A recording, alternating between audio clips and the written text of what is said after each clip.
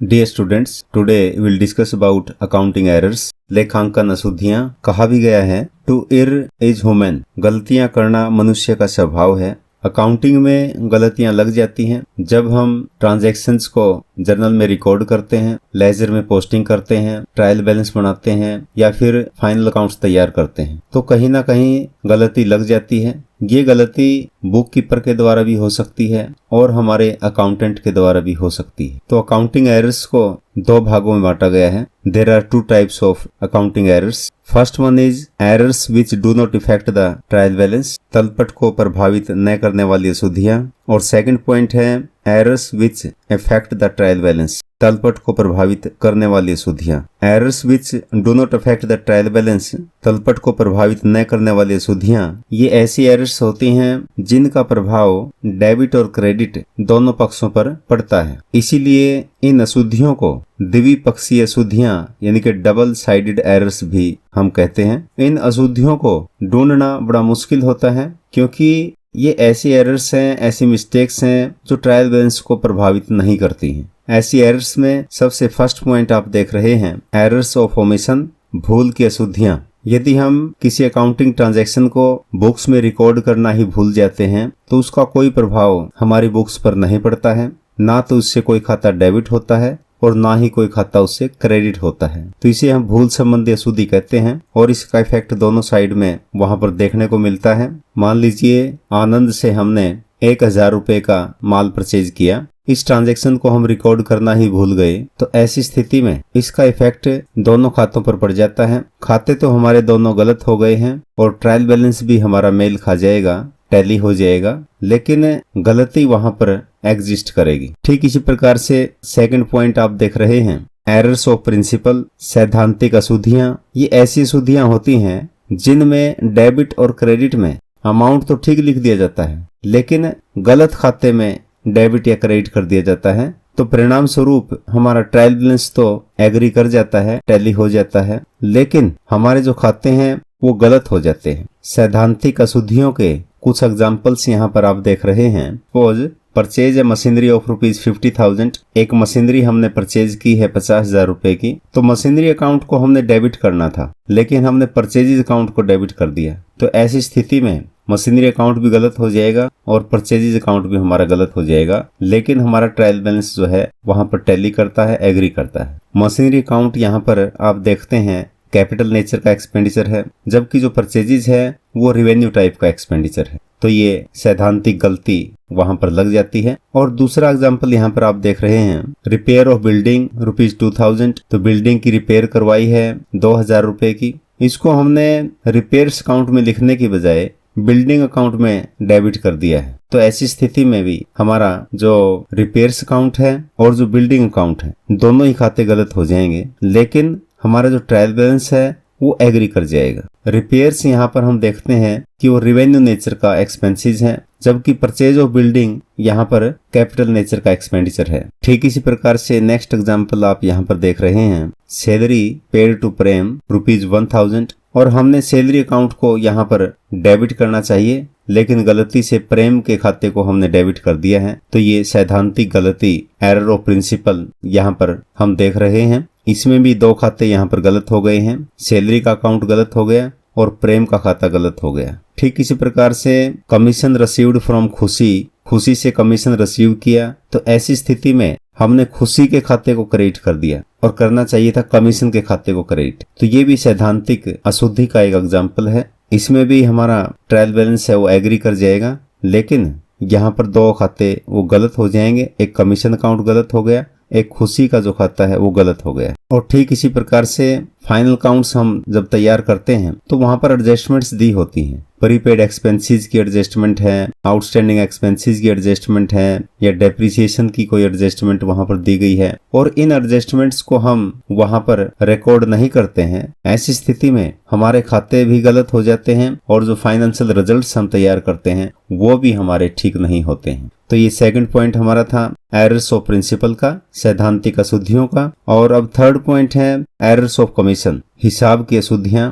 ये ऐसी अशुद्धियां होती हैं जिनमें किसी लेन देन का लेखा तो सही पक्षों में किया जाता है, परंतु गलत राशि डेबिट और क्रेडिट कर दी जाती है। तो जब डेबिट और क्रेडिट दोनों ही साइड में गलत अमाउंट वहां पर लिख दिया जाता है, तो ऐसी स्थिति में ये इस प्रकार की अशुद्धि ट्रायल बैलेंस को प्रभावित नहीं करती हैं। जैसे for example purchase goods from Shyam ₹5000, तो श्याम से हमने 5000 रुपए का माल खरीदा है, परंतु जब हम एंट्री करने लगे, रिकॉर्डिंग करने लगे, तो 5000 की जगह 500 रुपए से डेबिट कर दिया है, 500 रुपए से वहां पर क्रेडिट कर दिया है। तो ऐसी स्थिति में भी हमारा ट्रायल बैलेंस है वो टैली कर जाएगा, एग्री हो जाएगा, परंतु इस गलती के कारण हमारे 2 खाते प्रभावित हो गए हैं, वो गलत हो गए हैं। ये था हमारा थर्ड पॉइंट। और जो फोर्थ पॉइंट है कंपनसेटिंग एरर्स, क्षतिपूरक अशुद्धियां। जैसा ही नाम से प्रतीत होता है, एक एरर है उसको दूसरी एरर कंपनसेट कर देती है, उसकी क्षतिपूर्ति कर देती है। जैसे गगन के खाते को हमने 500 रुपए से डेबिट करना था, उसको डेबिट कर दिया हमने 50 रुपए से, और घनश्याम के खाते को हमने 50 रुपए से डेबिट करना था, उसको डेबिट कर दिया हमने 500 रुपए से। तो ऐसी स्थिति में खाते तो हमारे यहाँ पर 2 गलत हो गए हैं, लेकिन हमारा ट्रायल बैलेंस है वो मेल खा जाएगा, दोनों साइड का उसका टोटल इक्वल होगा। तो इस प्रकार की गलतियों का भी हमने ध्यान रखना होता है, इनको भी हमने फाइंड आउट करना होता है। और जो नेक्स्ट पॉइंट हम देख रहे हैं, एरर्स ऑफ पोस्टिंग, खतौनी की अशुद्धियां। तो इस प्रकार की जो अशुद्धियां लगती हैं वो खतौनी करते वक्त, पोस्टिंग करते वक्त लगती हैं। जर्नल में तो लेन देन को ठीक रिकॉर्ड किया जाता है, लेकिन जब हम पोस्टिंग करते हैं तो वहां पर हम सही पक्ष में परंतु गलत खाते में खतौनी कर देते हैं। जैसे goods sold to Ghanshyam, Ghanshyam को हमने माल बेचा है, तो जर्नल में तो एंट्री वहां पर ठीक कर दी गई है, लेकिन जब घनश्याम के खाते में पोस्टिंग करनी थी, घनश्याम की बजाय वहां पर श्याम के खाते में पोस्टिंग कर दी गई है। श्याम के खाते के डेबिट पक्ष में वहां पर वो राशि लिख दी गई है, जबकि लिखनी चाहिए थी घनश्याम के खाते के डेबिट पक्ष में। तो इस प्रकार से ये दोनों खाते हमारे गलत हो गए हैं, लेकिन तलपट वहां पर एग्री कर जाएगा, उसका दोनों साइड का टोटल हमारा इक्वल आता है। तो ये गलती भी तलपट को प्रभावित नहीं करती है। और नेक्स्ट पॉइंट हम देख रहे हैं, errors of recording a transaction twice in the books. किसी लेन देन को 2 बार लिखने की अशुद्धि। तो कोई भी लेन देन होता है, जैसे मान लीजिए राम से हमने 10,000 रुपए का माल खरीदा, तो इस 10,000 रुपए की एंट्री हम बुक्स में 2 बार कर देते हैं। 2 बार हमने परचेज अकाउंट को डेबिट किया, 2 बार हमने राम को क्रेडिट किया। तो ऐसी स्थिति में जो राम का खाता है और जो परचेज अकाउंट है वो दोनों ही गलत हो जाएंगे, लेकिन ट्रायल बैलेंस हमारा वहां पर एग्री कर जाता है। तो इस प्रकार से हम कह सकते हैं कि ट्रायल बैलेंस का मिलान अकाउंटिंग बुक्स की शुद्धता का पक्का प्रमाण नहीं होता है, यह केवल गणितीय शुद्धता का प्रमाण माना जा सकता है। यानी कि जितना अमाउंट हमने डेबिट साइड में लिखा है उतना अमाउंट हमने क्रेडिट साइड में लिखा है, सिर्फ इस बात का प्रमाण ये होता है। और अब हम सेकंड टाइप की जो एरर्स हैं उनको यहाँ पर डिस्कस कर रहे हैं, यानी कि errors which affect the trial balance, तलपट को प्रभावित करने वाली अशुद्धियां। तो ऐसी अशुद्धियां हैं, अगर ये खाते बनाते वक्त, रिकॉर्डिंग करते वक्त या ट्रायल बैलेंस बनाते वक्त लग जाती हैं, तो इनसे हमारा ट्रायल बैलेंस वो मेल नहीं खाता है, एग्री नहीं करता है। इन एरर्स को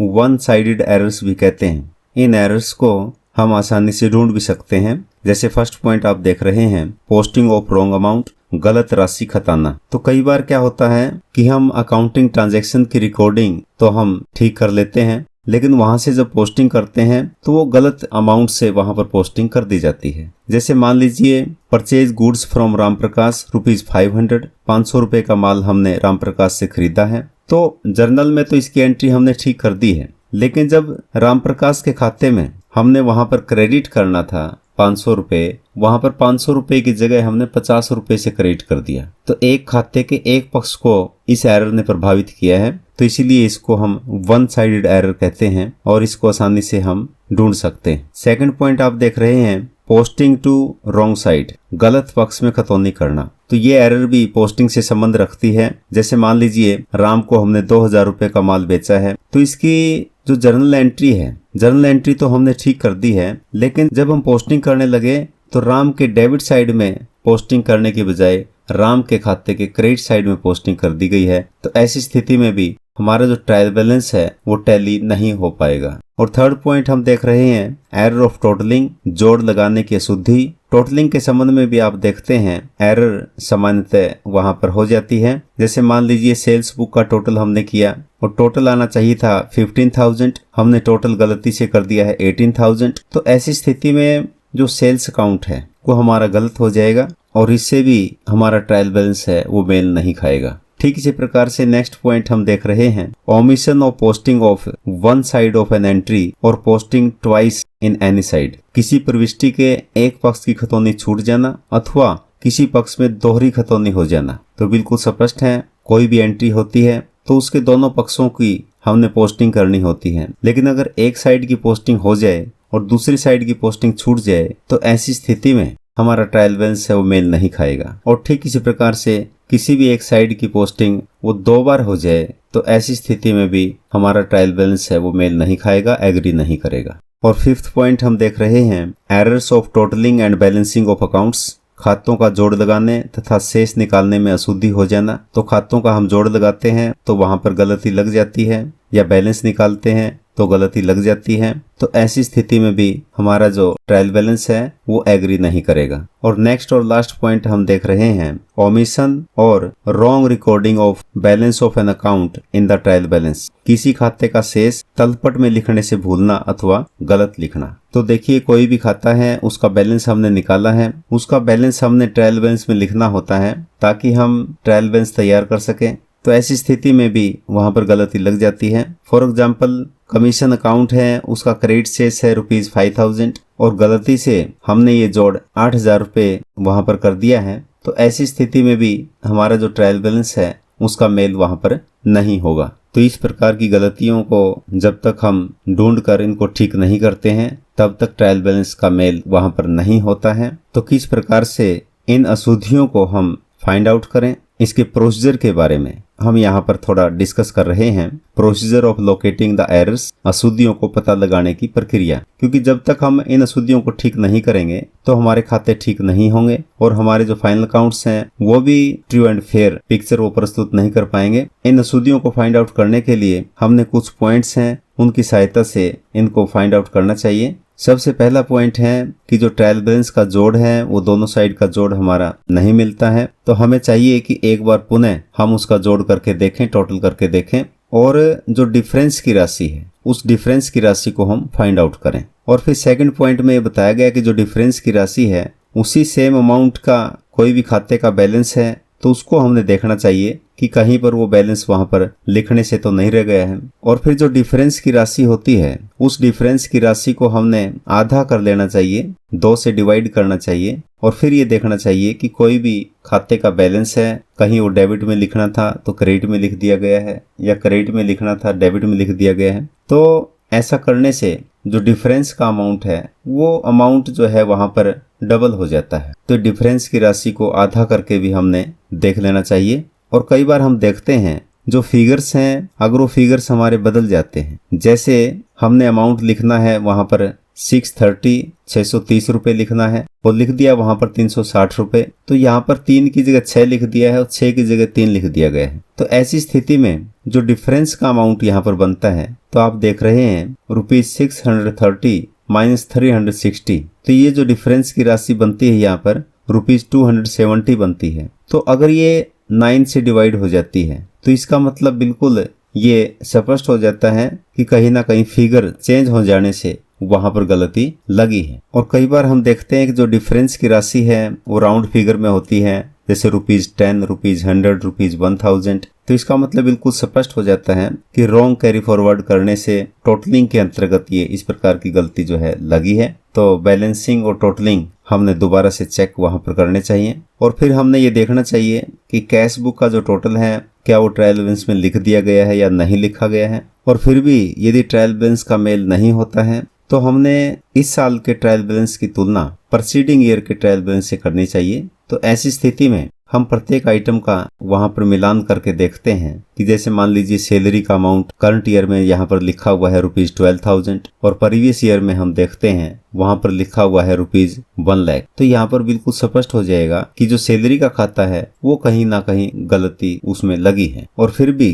ट्रायल बैलेंस का मेल वहां पर नहीं होता है तो हमने सभी प्राइमरी बुक्स का टोटल वहां पर करना चाहिए, बैलेंस वहां पर चेक करना चाहिए और उनकी पोस्टिंग चेक करनी चाहिए कि लेजर में उनकी पोस्टिंग ठीक प्रकार से हो गई है या नहीं हुई है। और फिर भी गलती वहां पर फाइंड आउट नहीं होती है तो प्रत्येक खाते को हमने वहां पर चेक करना चाहिए, उसका बैलेंस हमने ठीक प्रकार से ट्रायल बैलेंस में लिख दिया है या नहीं लिख दिया गया है। ये चेकिंग हमने प्रत्येक खाते में जा करके वहां पर करनी होती है। और फिर भी ट्रायल बैलेंस का मिलान ना हो तो हमने जो लास्ट ईयर से यानी कि प्रीवियस ईयर से जो बैलेंसेज हम खातों में लेके आए हैं कैरी फॉरवर्ड करके, उन बैलेंसेज की चेकिंग हमने करनी चाहिए। और फिर भी गलती का पता नहीं लगता है तो ऐसी स्थिति में हमने डेटर्स और क्रेडिटर्स की जो लिस्ट हमारी है उनके टोटल चेक हमने करने चाहिए और उनके बैलेंसेज को ठीक प्रकार से ट्रायल बैलेंस में लिखा गया है या नहीं लिखा गया है, इसकी चेकिंग हमने करनी चाहिए। और फिर भी गलती फाइंड आउट नहीं होती है तो ऐसी स्थिति में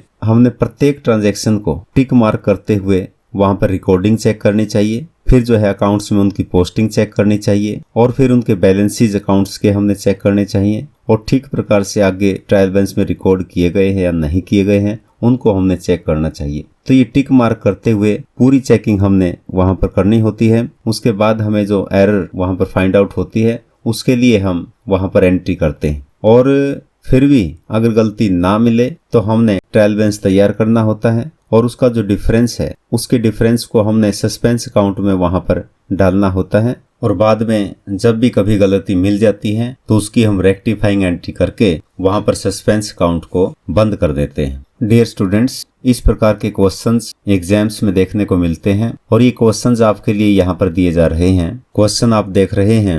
फर्स्ट क्वेश्चन है, is the agreement of trial balance A conclusive proof of accuracy of the books of accounts? क्या तलपट का मिलान खातों की शुद्धता का पक्का प्रमाण है? If not, what are the errors which remain undisclosed in spite of its agreement? यदि नहीं तो ऐसी कौन सी अशुद्धियां हैं जो तलपट मिल जाने पर भी प्रकट नहीं होती हैं? और सेकंड क्वेश्चन आप देख रहे हैं, what do you mean by one sided errors? What steps should be taken to disclose one sided errors? यानी कि एक पक्षीय अशुद्धियों से आप क्या समझते हैं? एक पक्षीय अशुद्धियों को ज्ञात करने के लिए क्या कदम उठाने चाहिए, वर्णन कीजिए। तो इस प्रकार के क्वेश्चन एग्जाम्स में देखने को मिलते हैं और ये बिल्कुल आसानी से आप इनको तैयार कर सकते हैं। तो डियर स्टूडेंट्स, आपसे रिक्वेस्ट कि आप जो है हमारे इस चैनल को लाइक करें, शेयर करें, सब्सक्राइब करें और बेल आइकन को प्रेस अवश्य करें ताकि आने वाले प्रत्येक वीडियोज के नोटिफिकेशन आपके पास सबसे पहले पहुंचे। Have a nice day.